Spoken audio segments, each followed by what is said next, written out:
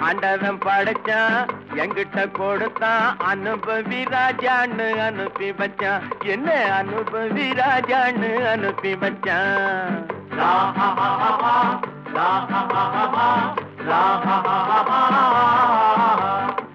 உலகம் எந்தன் கைகளிலே